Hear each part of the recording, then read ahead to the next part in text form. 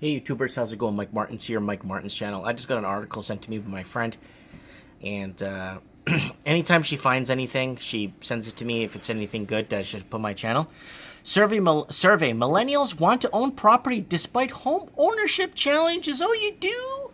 Oh, so nice. Did millennials just wake up and realize, wait a minute, we're being so liberal and open and everything, but we're realizing that we're bought out of the market, and the free market is really not so free, eh?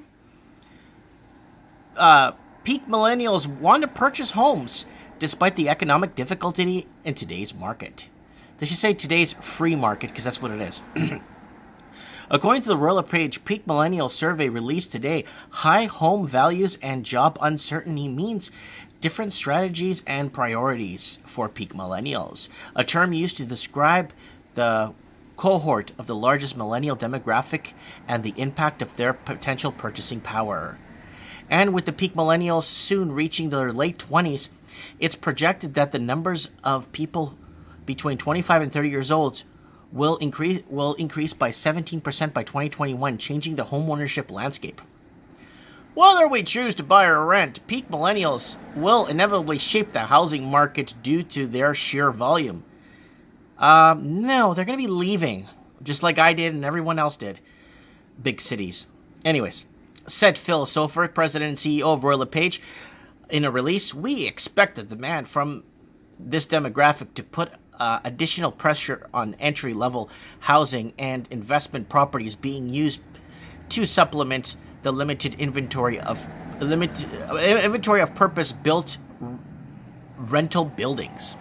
While millennials want to be homeowners, they will be facing several challenges on the path to ownership.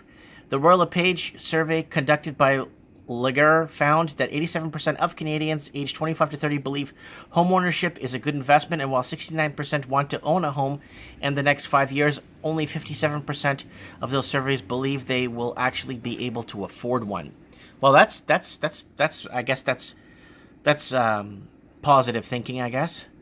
While millennials wants to be facing challenges their baby boomer parents never encountered, peak millennials are confronted with significant obstacles that vary depending on where they live, said Soper. So, anyways, guys, I'm not going to go any more into this article. I'll leave a link below. I'm putting my sunglasses on so I look really cool talking about this. But anyways, let me tell you what I think. Back in the time when the baby boomers were working, everything was produced in Canada. Back in the early 80s and late 70s and early 80s, 1 out of 10 things were made in America, 1 out of 5 things were made in Canada. That's when production was at its high. That's when we're exporting, we're fabricating, exporting, producing, everything. Now that's gone.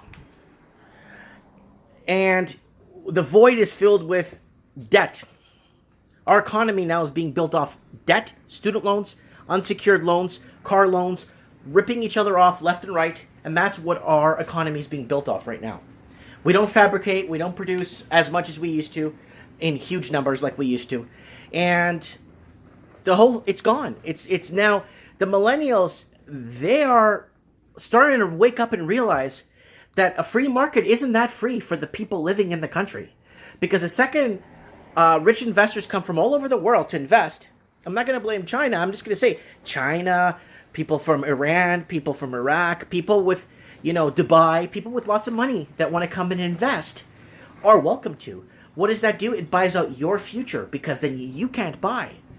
And especially when there's so many vacant homes lying around, that becomes a big problem.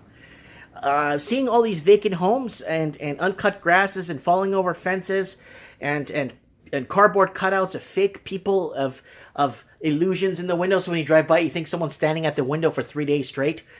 But you know what? It's what's happening. Millennials have to wake up and say, hey, you know what? We're bought out of the market. We can't buy. 57% think they could own. That's fantastic. If you want to end up putting down a couple of $100,000 and then having $1 million to pay off later, I guess you could afford to buy if that's what you want address it as, because to me, afford to buy means, can I pay this thing off in 5 years? That's afford to buy. Can I pay this thing off in 5 years? That's exactly what afford to buy means. Not afford to buy, I'll pay it off for the rest of my life, but I'm still going to owe $1 million on it by the time I die. Anyways, guys, let me know what you guys think about this article. Comment below, and thanks for watching. Don't forget to hit the subscribe button.